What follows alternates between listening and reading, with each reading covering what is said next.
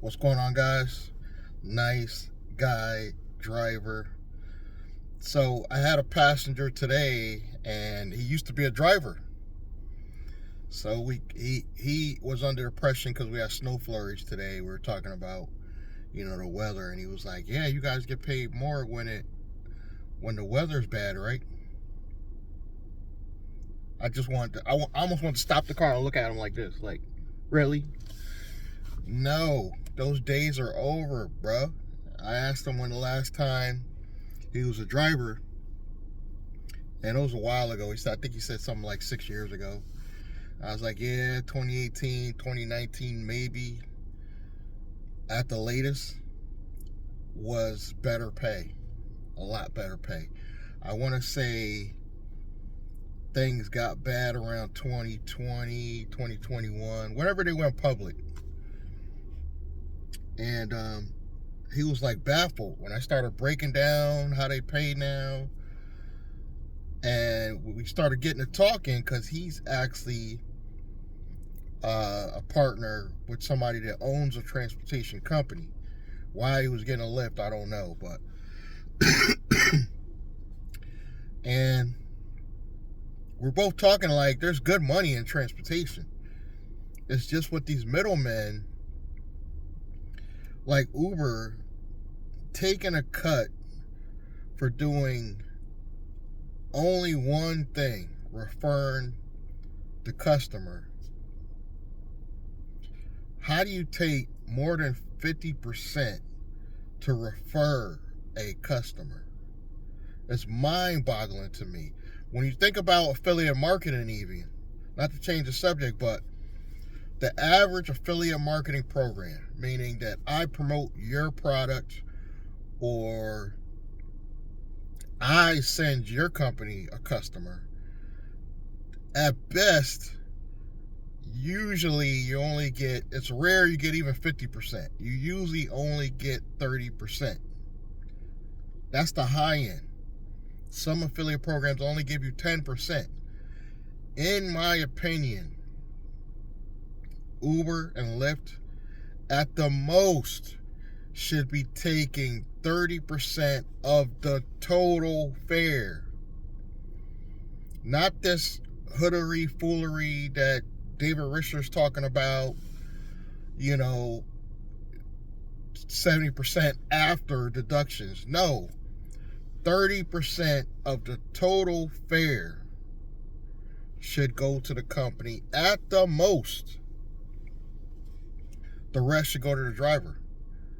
And then Uber had the nerve to say they're going to raise the rates in some places because gas lowered. Gas went down, so Uber thinks they should get a pay raise because of that. I was like, wow, this is getting crazy now. This is getting absolutely crazy that on average, sometimes I'm seeing as much as 60, sometimes 70% of the total fare. Meaning literally, someone can pay $100 and blame it on fees and insurance and everything else and take $70 out of $100 and give the driver $30, and nobody's complaining. Like, there's people complaining, but you know what I'm saying? Like, everyone should be complaining that this is just not. And you always get, some wise guys in the comments and be like, oh, this is capitalism. Nah, bro. Capitalism would be taking the 30%. You're not doing anything. You're sending me business. Yes, that should be your 30%. Like Chase is trying to do an affiliate program with me where I send, if I send friends or family members, they'll give me, and I think Chase actually had a decent one. No, it was up to like $500 at the most, and then they cut it off. But on average, a lot of these affiliate marketing programs, they only give you 10, 20%. Like I said, 30 something percent is on the high end.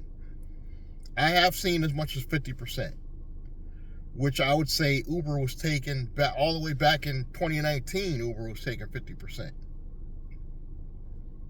They were taking 50% of the long rides all the way back in 2019. I don't even think they were public yet. Fast forward, I've seen them take as much as 60, 70%. So you could pretty much figure that, according to my calculations, between last year alone, my income dropped by 30%. Meaning, I used to make, on average, in just 4 hours, anywhere from $100 to $150 in just 4 hours. That has dropped at least 30%. At least 30%. So now, because you can drive longer to make that same $100, you got some wise guy drivers out here saying, oh, you can still make good money out here because you're driving longer. You're putting more wear and tear on your car to make the same dollar. So you're not really making the same dollar. That's what I'm trying to put in these drivers' heads. So if you make $300 today, it's not $300. You drove all day. Let's just, for shits and giggles, you drove all day. You drove about 10 to 12 hours. I think max is 12 now, if I'm not mistaken. I could be wrong. You made anywhere from $250 to $300, depending on if it's a busy day or not. You actually think you made $300? No. You got to deduct gas because you probably use, if I drove 10 hours, I would use twice as much in gas, and I have a really good car on gas right now, at least right now anyway. I'm driving a Ford Fiesta. I could drive all day on $20. All day meaning 8 hours on $20. But if I went just 10 to 12, I would have to fill up a second time. So now you're spending more money on gas. You're putting more miles on your car. I only drive on average 5 to 6 hours. You're wearing your car out faster. You're doing more oil changes, more repairs. And these people think they're still winning because the dollar amount. That $300 is equivalent to $150 now. Because you did more damage and put in more gas. And these people just don't get it. And even now, I said one day in a video that, yeah, I made like 100 and some change in 5 hours. And some people will be like, oh, I make that in 4. Big whoop. That's an hour difference. Big fucking whoop. And that could be because you're in a better area. I don't mean to swear. It's just like, I feel like instead of drivers coming together, I feel like we're still divided. In a lot of ways. We're still divided. And I feel like we just come together. For God's sakes, Connecticut has a co-op. I met one of the guys from the co-op, and they're in, I want to say they set it up in New Haven.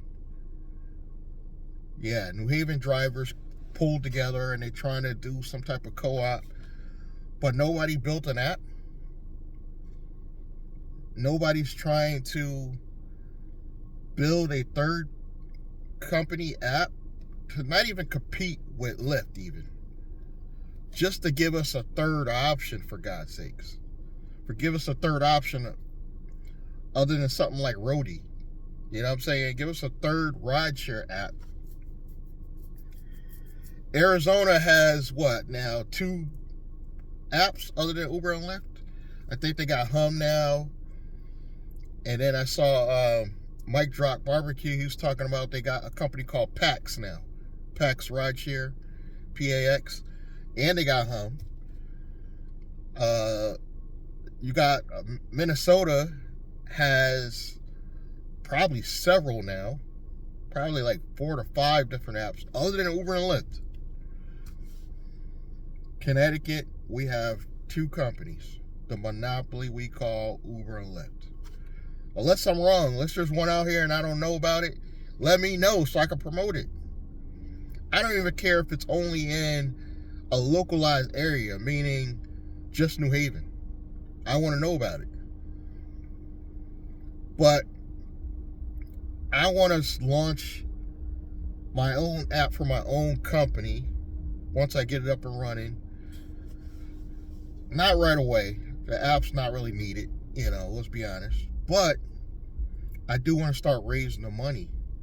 And if you want to help me out with that now, I'll leave my PayPal link. If you guys want to contribute something to me working on this or help build out this channel, there'll be a link below for my PayPal. You can help me out that way. Because this is just crazy that Connecticut, we can't come up with a small, localized app at first. I'm thinking maybe like 3 to 4 towns in Connecticut. So I'm not even thinking about all of Connecticut, because that's going to require a lot more work. Have a localized app that me and say maybe 4 other drivers, we test out, we use, we get it right. It may take a year just to get it right, let's be honest. Then we raise the money, which it's a lot of people say it's a lot of money to launch a rideshare app. I'm hearing quotes as high as 100K bare minimum. I'm thinking if we raised 200K, we could get licensed here in Connecticut, because Connecticut's not that big. We don't need to do New York. I don't need to do Mass. We make it a local app that stays in our area. If we want to go outside that area, you can turn on Uber and Lyft, whatever. But a localized Connecticut app, at first, we get it going. We start working with the co-ops in the different towns. We start working together. We start working with and communicating with taxi and limo drivers as well. They could use it. There's some private-owned taxi companies that may want to jump on it. There's some private limousine drivers that may want to jump on it. Uber and Lyft ain't it, guys. It ain't it anymore. I'm thinking, I ain't gonna lie, I originally thought we had more time. I really truly thought we had another 20, 30 years before this automation crap kicks in. I was wrong. I admit it.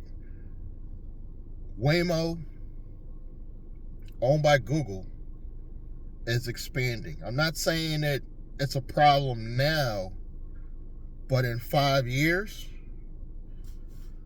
Elon Musk is threatening to launch his robo-taxis like next year. I think he even said this year. No, he said next year. He said like by 2026. Not likely. But even if he does it in 2030, that's only 5 years, guys. We're done. We're done with Uber and Lyft in about 5 years. We'll have robo-taxis everywhere. We'll have Waymos everywhere. We will still have, believe it or not, to stand the test of time, we still got taxi companies. I don't know why people think they're all gone. New Haven still has plenty of taxi drivers. Hartford still has taxi drivers. You still got private limousine drivers.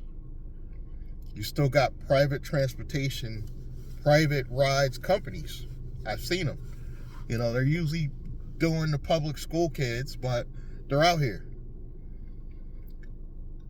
I want to focus on my own private business first, but I want to partner with people to develop an app, advertise that myself if I have to.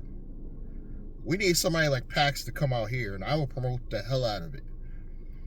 But until then, I gotta assume that nobody's gonna do it.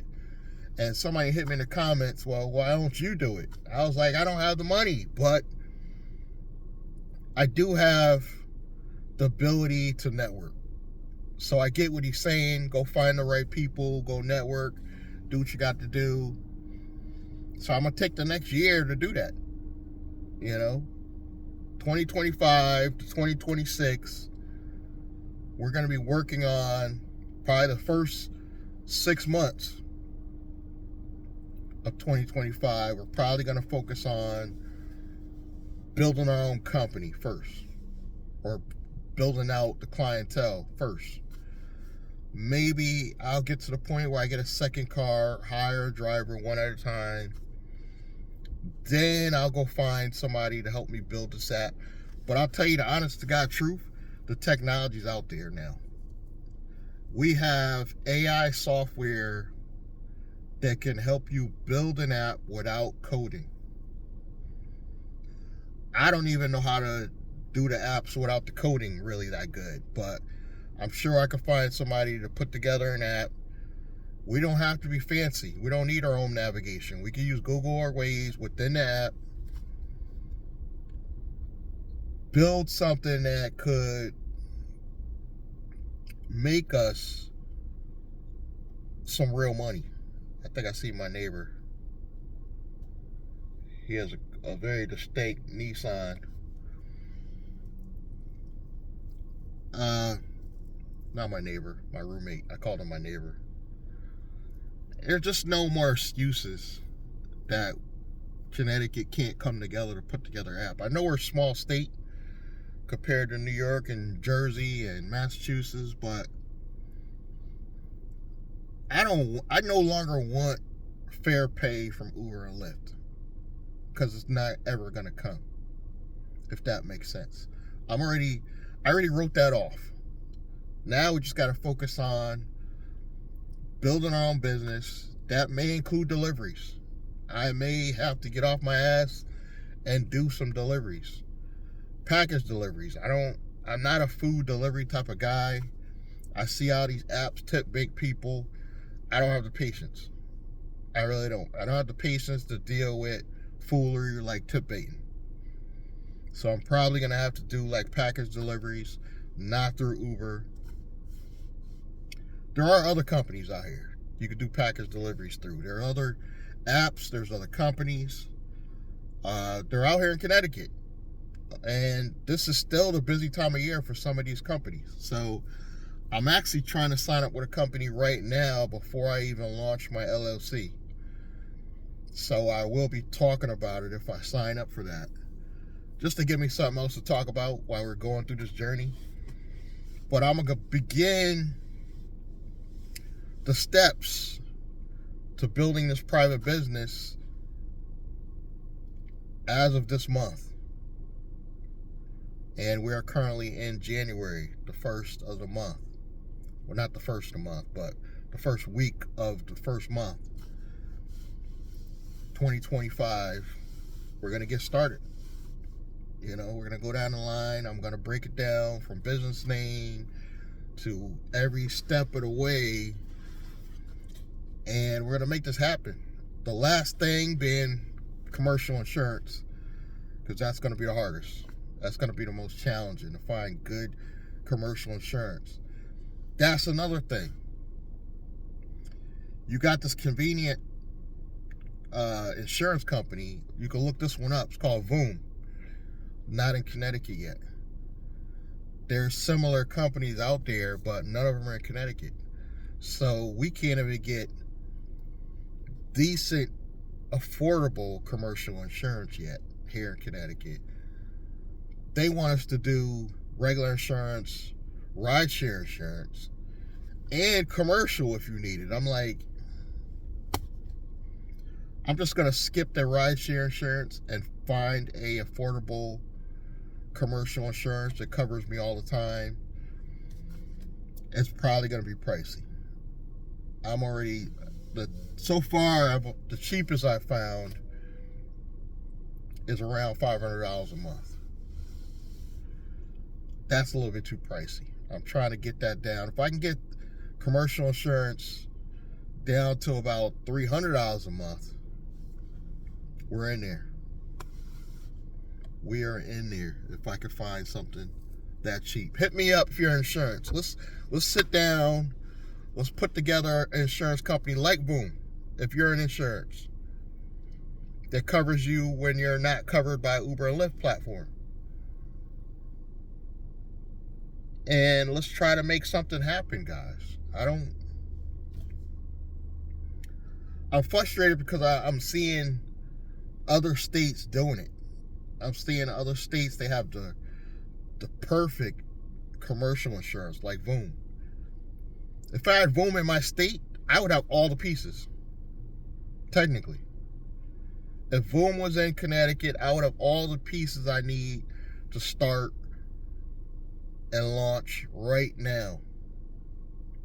That's the only missing piece, is affordable commercial.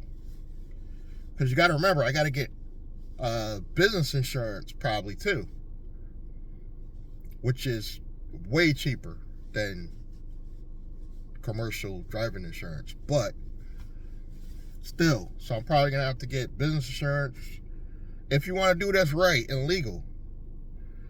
I looked up the first license I need. That is cheap. We're talking like less than $100. Obviously, I got to pay the state and federal for setting up the LLC. I gotta do a physical business address, which is going to cost money. I have to do it right. I can't use my home address because we're going after business and commercial credit. You have to have a business address. You have to have a business phone number, not a cell phone number, a 1-800 number that can call back to a cell phone. It can. And the cell phone, when you call out, it'll show that number. That works. So we're probably looking at, just on setting up the LLC, probably $100 a month, somewhere around then, just to maintain the business. My first license is going to be less than $100 one time, not a big deal. I may get a secondary cell phone. That's probably another $20 a month.